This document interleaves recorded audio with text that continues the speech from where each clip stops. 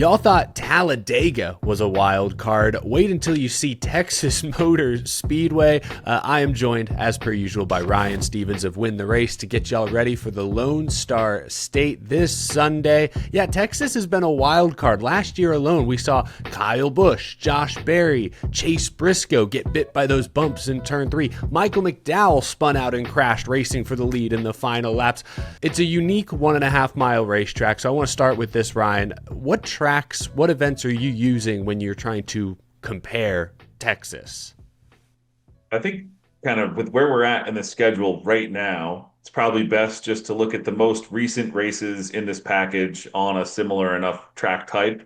So that'd be our Kansas race and our Las Vegas race. You could broaden that to see how drivers have done at Charlotte, another 1.5, and then obviously blend in how they performed at Texas here as well. But when you're doing that at Texas, probably best to use like our true performance scores on Win the Race or Greg's incident adjusted speed, things to kind of tell you a little bit more about how they ran as opposed to how they finished with how some of these things have gone. Yeah. Well, I want to start with a guy who kind of embodies that. He didn't finish particularly well at Texas last year, but he did run really well, and he's our most recent race winner. Let's start with Carson Hocevar. Last year, he sat on the pole, led some laps, got some stage points as well. He finished 10th 2 years ago at Texas as a Cup Series rookie. We know last year he was a threat to win at other intermediates like Michigan, Charlotte, Nashville. So I know he's been your guy this year. How confident are you that Carson could make it not just one, but two in a row this weekend? I'll say semi-confident. They missed the setup at Vegas, it seemed like, and then brought a faster car to Kansas, so it's trending in the right direction. And then we get here, and like you said, proven to bring a fast car here, winning the pole last year. He goes out late in qualifying again now with his win last week. And track position is just so important here. I do remember last year's race too. Had his strategy been a little better in that first pit stop, he could have led a ton more laps in that race and had that track position out front. I don't know if he took four, took two, and people took zero and two, but whatever it was, he took more tires than he should have and ended up getting shuffled back a little bit. So big strategy race here. I hope he keeps it, rolling on Sunday, but this is, like we said, a very tough race to predict. I want to touch on his teammates real quick, just sticking with Spire Motorsports, because I'm looking at the numbers. Daniel Suarez has a ninth place average finish at Texas since 2021. He's new to the team this year. He also won the All-Star Open at Texas a few years back when that was a thing. Michael McDowell, last year with Spire, again, was battling for the win in the final laps when he got loose and crashed in turn 2. So Suarez is a good driver here. McDowell and the team had good speed a year ago. So how does Spire rank among maybe some of the favorites this weekend? I'm only semi-confident there as well. It's just very hard to back a team, even including Hocevar, that has a combined zero top tens in the two races we've seen in this package this season. That's So, fair. two races each, nothing good to show for it. Last year, this was very much like an HMS engine type of race with the four HMS motors, qualifying inside the top five, including Hocevar's pole win.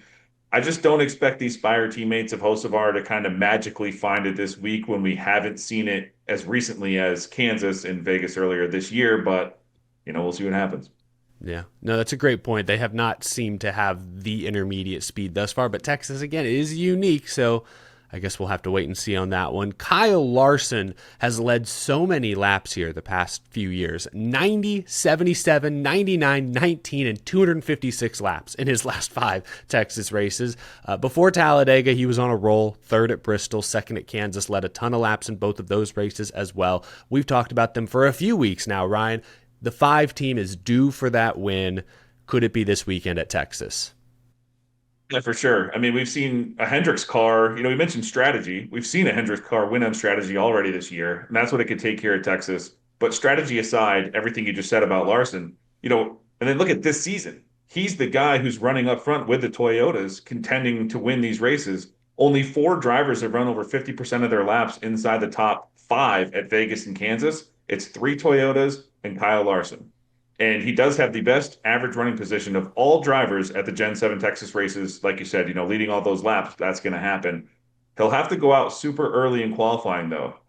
So we'll see what happens. It could be a fun one to watch if he does kind of qualify mid-pack and have to fight his way to the front. Could be one of those fun Kyle Larson races. Yeah, we'll see if the groove at Texas has widened a little bit more. Maybe allows for some more passing opportunities. Turns 1 and 2 are so deceptively wide. Like it looks like you can use a football field length of racetrack, but really the groove is oh so narrow. So track position is important. I'll come back to those Toyotas you mentioned a moment ago. I actually want to start though with Penske. Joey Logano is the defending Texas winner. Ryan Blaney was third in this race last year. I believe Austin Cindric even won a stage here last year. But Penske this season, in my opinion, has been super inconsistent. I don't know if I'd feel comfortable picking them to win or even top 5 this weekend. I don't know. How do you feel about Penske here? Yeah, similar to Spire, like 0 top 10s for Penske at Vegas and Kansas. 3 drivers, 2 races each, no top 10s. That's never good. And their average running positions are 15, 15, and 21 in those races. The good news is you can use strategy here. We saw Logano. That's how he won. And, he's been known to do that. Penske's a very smart, strategic team. So if you can get up front here, you could see it. Cindric, I had mentioned to you even before the show, and I've talked in Discord about it this week. He goes out late in qualifying, qualified top 5 here last year. I think he's actually had some pretty decent speed in these races. Just the finishes haven't been there to show for it. So I don't know. We might see in the draft tonight. I might shock some people with my Penske pick. Well, now let's get to Toyota. Tyler Reddick somehow kept his top 15 season-long streak going at Talladega, even though his car was destroyed. 1, 2 in points, still Reddick, Hamlin. You mentioned Toyota. Some Toyotas seem to be fast based on your metrics last year, looking at this season so far. Where did the Toyotas rank among the favorites? I think this is the team to beat on Sunday. I mentioned the 3 Toyotas that have run over 50% of their laps inside the top 5 like Larson has. That's Denny Hamlin, Christopher Bell, and Tyler Reddick. But then you look at outside of that, Bubba Wallace finished top 10 in both those 1.5s this year with a top 5 finish. Gibbs, top 10 in both with a top 5 finish. Briscoe, top 10 in both with a top 3 finish. And even Heim and Hurst, the 2311 cars, finished 14th and 15th at Kansas and showed great speed all day.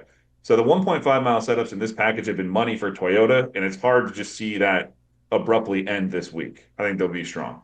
Yeah, I think we'll figure out this week once and for all how comparable Texas truly is to the other intermediates. It used to be called the sister track to Atlanta, but now both those tracks are unrecognizable from what they were 10 years ago. So I guess we'll see. It is kind of still like Atlanta because, it is very unpredictable. So maybe this Texas is like the new Atlanta a little bit. Maybe they're stepsisters now, still related. Anyway. On that note, though, we'll wrap up with this. Texas is a wild card track. We've seen some weird winners here in recent years. Strategy got Logano the win last year. That was his only win of the season. Year before that, it was Chase Elliott who won Texas. That was his only win that season. A few years ago, we saw RCR with Reddick and Austin Dillon get wins at Texas. So who's someone that you're keeping an eye on as maybe a sneaky win pick here this weekend? Won't go too far down the list here like I have in the past. I'll go with Chris Buescher. At a track where maybe you're one smart strategy call away from gaining a little track position at the end and winning. I'll take Buescher, who's been running up front. You look at his track history here and maybe think, oh, this might not be the place for him to win.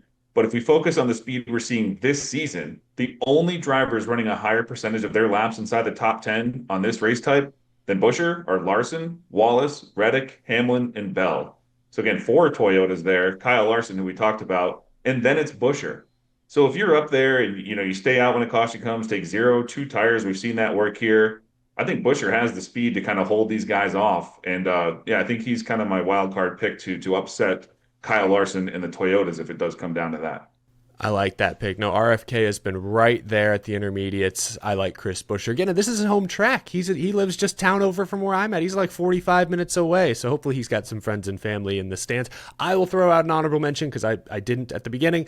Eric Jones, he'd be my sneaky, maybe not to win, but a top 5. He did it last year, and I think he's got 2 or 3 top 5s, maybe 3. I think it's 6th or better 3 times since getting behind the wheel of the 43 car. So this has been a good track for Jones, for legacy, but I like your Chris Buescher pick. That's solid. It's always solid, Ryan. You always bring the goods here on our preview segment. Fans, you can find more of Ryan's work at wintherace.info. So many great tools, analytics. There's games you can play, your own fantasy games that you can play every single week. And every Wednesday night, I know you guys do the draft, pick drivers from every single team. Let us know. What you already teased a little bit of what you might do with your Penske pick, but what are you expecting tonight? Should be a wild show. Yeah, it should be awesome. A track like this, similar to Talladega last week, we did not know what to expect. And we just compared Texas to like the new Super Speedway Atlanta. So, I think tonight, I don't know what Tino's going to do. I don't know what Phil's going to do, and that'll make it exciting and great for everybody tuning in. There's a great shot. We mentioned one of your favorite drivers or teams tonight, so check it out. Absolutely. That YouTube link is down in the description below. Yeah, Tino is great at building suspense, if nothing else. So that's always that's worth tuning in alone. Thanks for tuning in, folks. Ryan, appreciate you doing this. We'll catch up again after Texas. Appreciate it. Everyone enjoy the race.